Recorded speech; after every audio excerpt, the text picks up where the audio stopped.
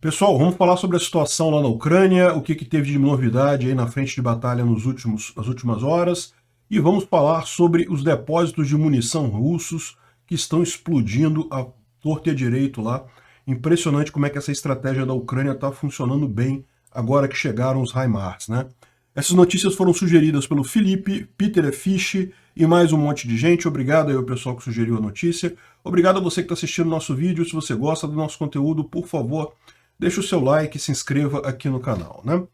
Pois bem, a gente não está vendo nenhuma grande mudança na linha de batalha em si, não houve nenhuma grande modificação por aqui.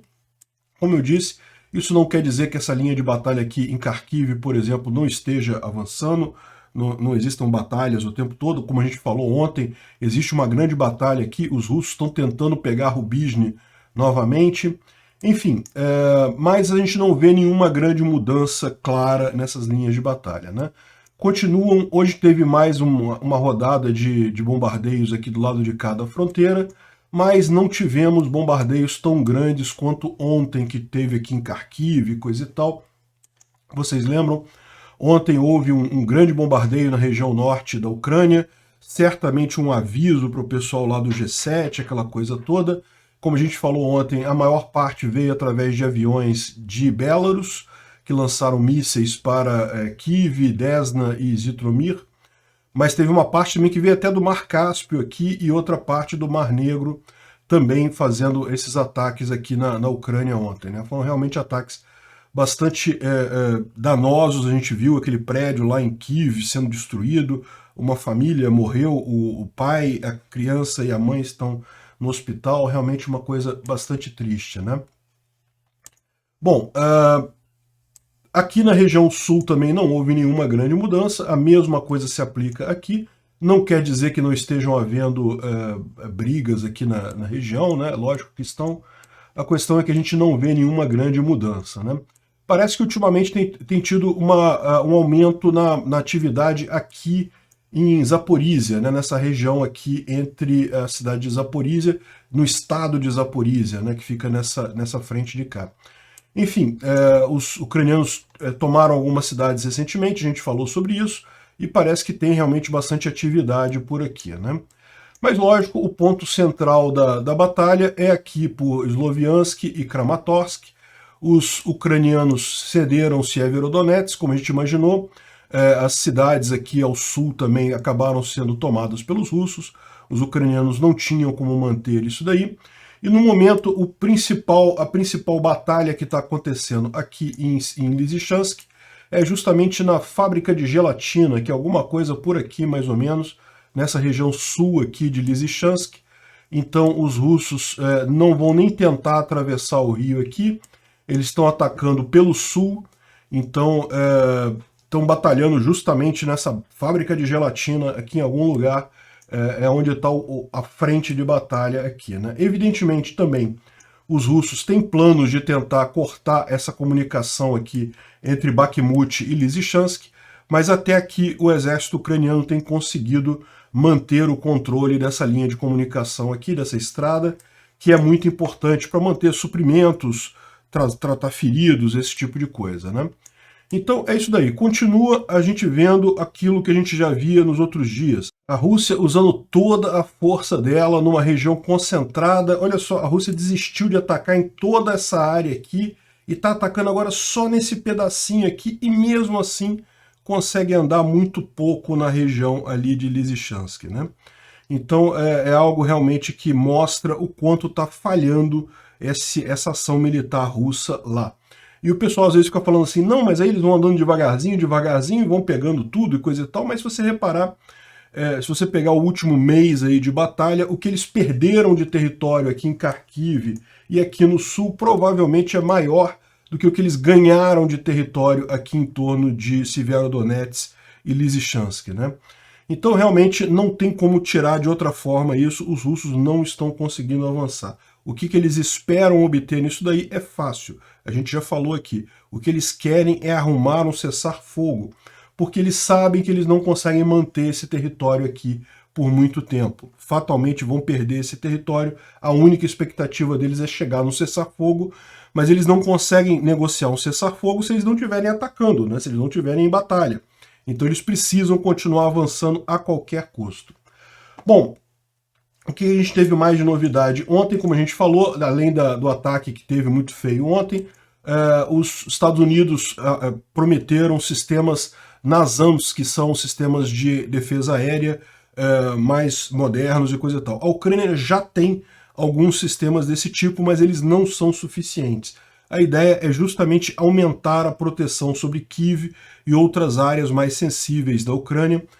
Sistemas de defesa antiaéreo, vocês sabem, são sistemas que lançam foguetes para interceptar outros foguetes e derrubar esses foguetes e assim evitar que eles causem danos na cidade, né?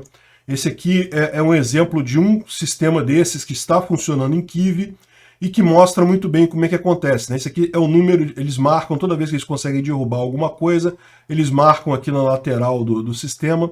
Então você pode ver que já tem um bocado de míssil que foi derrubado por esse sistema antiaéreo aqui, esse S-300. Esse S-300 é um sistema mais antigo, o NASAM é um sistema mais moderno, mas eles servem ao mesmo propósito, que é justamente evitar esse tipo de coisa, e é muito importante você ter muitos deles, porque quanto mais sistemas antiaéreos você tiver, menos a chance dos russos conseguirem, de algum sistema, algum míssil conseguir vazar esse sistema e efetivamente causar danos, como a gente viu acontecer ontem, né? Bom, a estratégia da Ucrânia de atingir depósitos de munição na retaguarda russa parece que segue firme e forte. Ontem a gente teve mais duas explosões grandes na região ali de Luhansk. São justamente essas duas bombinhas aqui, uma do lado da outra. São dois depósitos de munição diferentes, tá, que foram destruídos aqui, o outro aqui também. É um do lado do outro, tá? Se você olhar aqui, ó, dá para ver na figura os dois depósitos, um próximo ao outro, lá na região de Luhansk. Os dois foram explodidos ontem, muito provavelmente com tiros de HIMARS, de mísseis de precisão, de foguetes de precisão ucranianos, né? E veja, essa estratégia ucraniana faz todo sentido, por quê? Porque a Rússia, como eu já falei no vídeo de ontem, a Rússia está com dificuldade de infantaria, ela não tem homens para ir para frente. Então o que ela tem feito para avançar na região de Lysychansk é justamente usar muita artilharia. Só que você avançar com artilharia demanda que você use uma quantidade muito grande de munição. É muito foguete, muito obus, muita munição para obus, muita coisa desse tipo. Então isso acaba requerendo grandes depósitos de munição e muito movimento nesses depósitos. E daí entra um fator que a Ucrânia tem uma vantagem enorme, que é, esses depósitos todos ficam na Ucrânia, né? São áreas ocupadas da Ucrânia. Então tem pessoas ucranianas aqui do lado desses depósitos que podem facilmente avisar ao exército ucraniano, olha, o depósito fica na região tal, assim, assim, e daí fica muito fácil para os ucranianos acertarem esses depósitos usando foguetes, né? Usando foguetes de precisão, né? Então, realmente são fáceis de achar, eles têm que ficar próximos de ferrovias, porque eles têm que ser abastecidos por ferrovias. Então repara que ambos os casos aqui você tem uma ferrovia passando próximo. Então tem que ser um prédio grande, não é para abastecer esse nível de esforço que a Rússia está fazendo, não dá para fazer em prédio pequeno. Então com isso viram alvos fáceis. E com esses ataques, a gente já vai para o terceiro ou quarto dia que eu falo para vocês aqui de depósitos de munição russos sendo estourados pelos ucranianos. Ou seja, a gente espera começar a ver muito em breve uma diminuição do ímpeto russo nesse ataque aqui nessa região, por menor que seja a capacidade deles de ataque, ainda tem algum ímpeto ali, então a gente espera ver uma diminuição disso, justamente em função deles não terem mais carga, né? Como a gente falou, eles mandaram inclusive da Bielorrússia trens com munição, porque aparentemente eles não estão conseguindo trazer mais munição da própria Rússia. Ah, caramba, tá acabando a munição da Rússia, como é que pode? É impossível. Olha, não dá para saber exatamente o problema, tá? Você pode ter vários problemas aí para a Rússia estar com pouca munição nessa situação. O mais simples de você imaginar é o seguinte, sim, a Rússia tem estoques enormes de munição desde a época da Guerra Fria. o problema é esse, são estoques desde a época da Guerra Fria, o que significa que muito do que está ali não vai funcionar mais, já passou da validade, já estragou, já não está mais operacional. Então não se sabe qual a porcentagem dessa enorme quantidade de munição que a Rússia tem que está de fato operacional. E para pensar, esse pessoal, para pegar uma munição que está num depósito longe, lá no interior da Rússia, para mandar essa munição para a frente de batalha, para o cara botar no obus e ela não funcionar, isso é um esforço enorme, uma energia enorme que foi despendida para nada, né? Então, esse pessoal fica realmente com essas munições muito velhas, eles não podem usar isso, porque realmente não faz sentido nesse caso. Outra coisa, como eu falei, eles têm usado muita munição. A Rússia adotou, justamente nesses últimos dias, nesse último esforço que eles fizeram, um grande peso na artilharia. Ficaram usando muitos obuses. Então, é possível que realmente você tenha falta disso daí.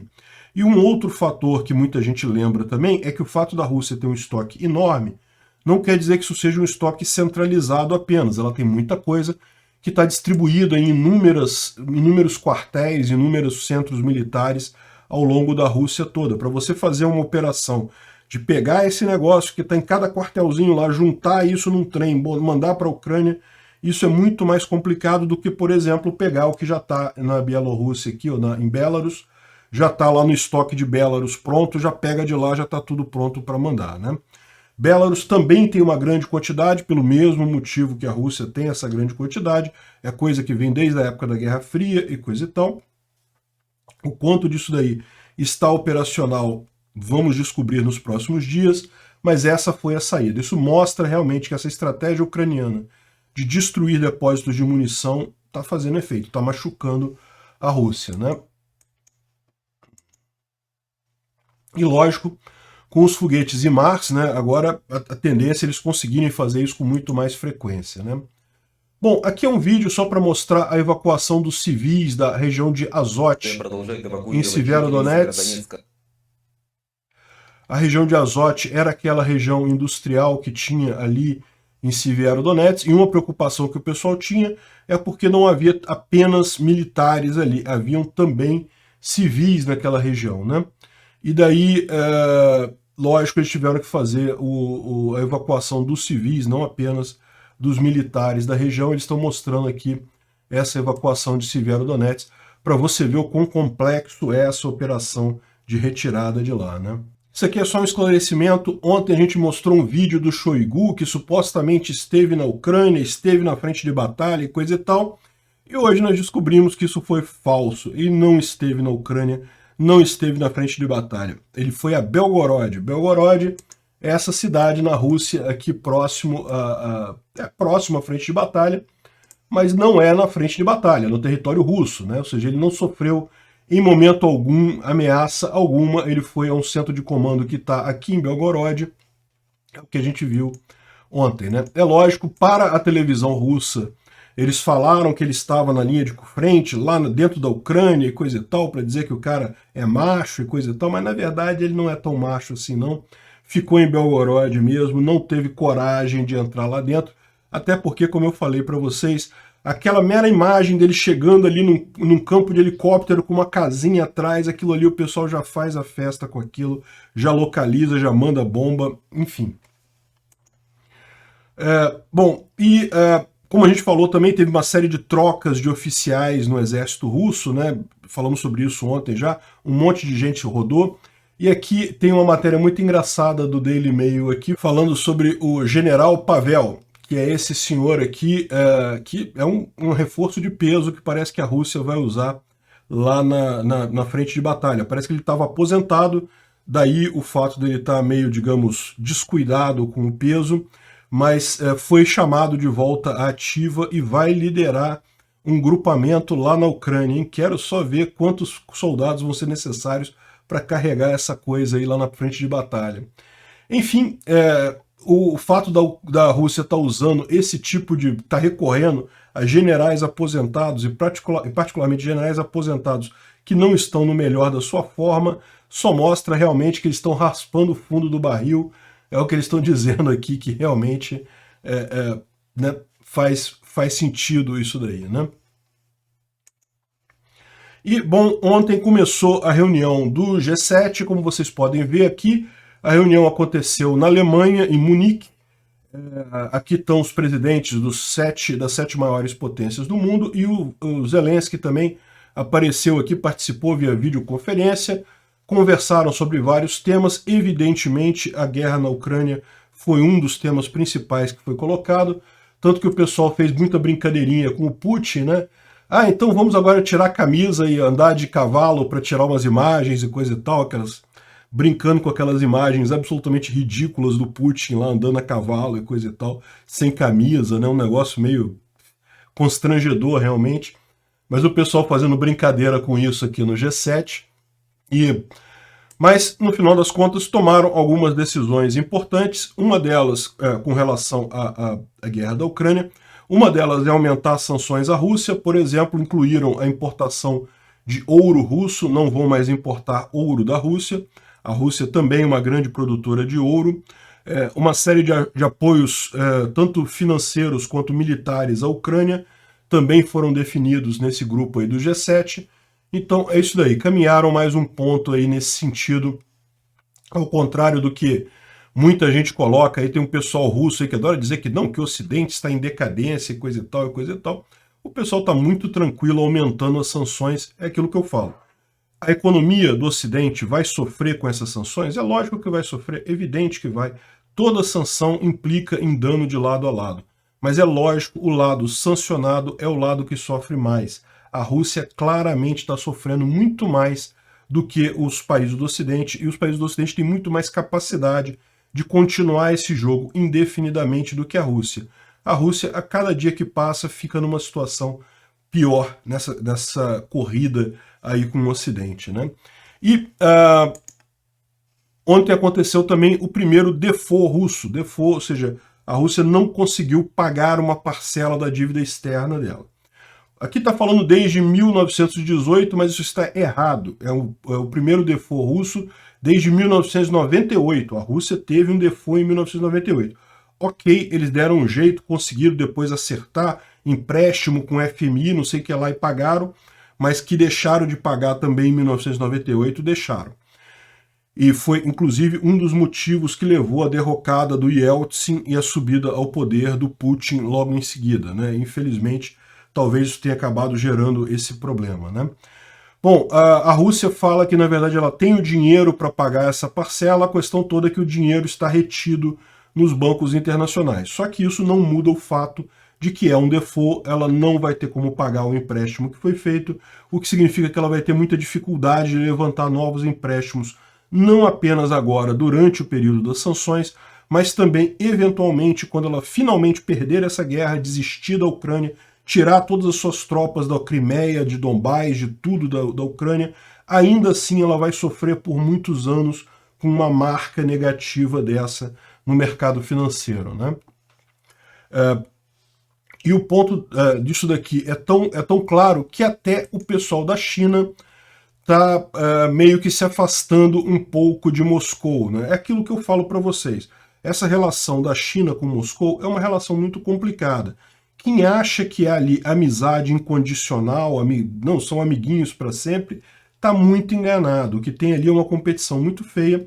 E do lado chinês, eles têm a visão de que eles não precisam fazer nada. A Rússia se meteu num buraco enorme, que ela não tem de onde sair. A única forma da Rússia sair vai ser através da China, então a China pode ficar muito calmamente esperando a Rússia se acabar e anexar o território dela, ou transformar numa Coreia do Norte 2.0, tanto faz. Uma prova disso é o que eu falo sempre, né? O Xi Jinping falar que vai ajudar a Rússia, ele fala. Falar é barato pra caramba. Ele vai efetivamente ajudar a Rússia? Não, ele só vai fazer isso quando a Rússia já tiver em frangalho, que vai ser para ocupar a Rússia, para tornar a Rússia um estado vassalo. Olha esse caso aqui. O Li Yusheng é um top diplomata chinês, era o segundo em comando no Ministério das Relações Exteriores chineses. Ele várias vezes substituiu o ministro de Relações Exteriores chinês em vários encontros, e ele é um cara muito ligado à Rússia, ele é um defensor da Rússia, ele é um cara que quer estreitar laços com a Rússia, então ele é uma pessoa chave da Rússia dentro do governo chinês e era o número 2 das relações exteriores lá do Ministério da Diplomacia Chinesa, né? E ele foi transferido para o órgão de regulação da mídia interno, ou seja, ele foi retirado da diplomacia e colocado num cargo, digamos, menos central nisso daí, né? E isso pode ser visto, foi visto por muita gente, como a China realmente querendo se distanciar da Rússia, tirando um cara que é fortemente pró-Rússia, que vocês viram recentemente aqueles acordos falando sobre, né, que apoio da China na Rússia, coisa e tal. Tinha muito da mão desse cara por trás desses acordos todos, e ele foi simplesmente transferido, e não se sabe exatamente como é que vai ser essa remodelação das relações exteriores com a da China, né? Então, ou seja, mostra realmente que a China e Rússia, a relação é o seguinte: falar que vai ajudar a Rússia, a China vai falar sempre. Ajudar de verdade é outra coisa totalmente diferente. A relação ali não é de amizade, é relação de dominação. Pois bem, e só para complementar aqui uma última observação desse artigo que saiu aqui no New York Times, falando mais uma vez sobre o valor das informações de inteligência dos Estados Unidos para os ucranianos, né? E a gente já falou sobre isso bem no início da guerra. Alguns funcionários dos serviços secretos americanos teriam falado com jornalistas que, de fato, os Estados Unidos têm ajudado a Ucrânia com informações de inteligência. E veja, o que eu acho estranho nesse tipo de reportagem é o seguinte, porque todo mundo sabe que sim, é lógico que os americanos estão ajudando os ucranianos em termos de inteligência, coisa e tal. A questão toda que intriga aqui é por que deixar isso claro, por que abrir essa informação, né?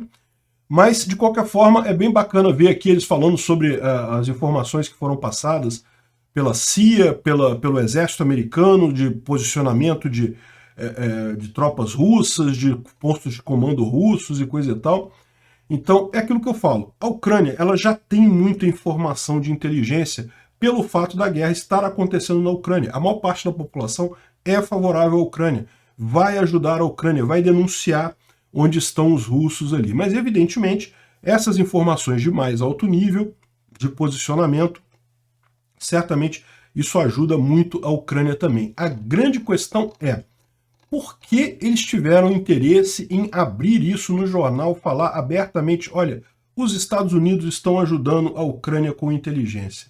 É isso que eu fico encucado. Qual será o objetivo disso? Obrigado por assistir o vídeo até o final. Além de curtir, compartilhar e se inscrever no canal, considere se tornar patrocinador com valores a partir de R$ 1,99. Clique no botão Seja Membro abaixo para saber as condições e vantagens de patrocinar o canal. Mais informações sobre o nosso projeto, visite nossos sites indicados na tela.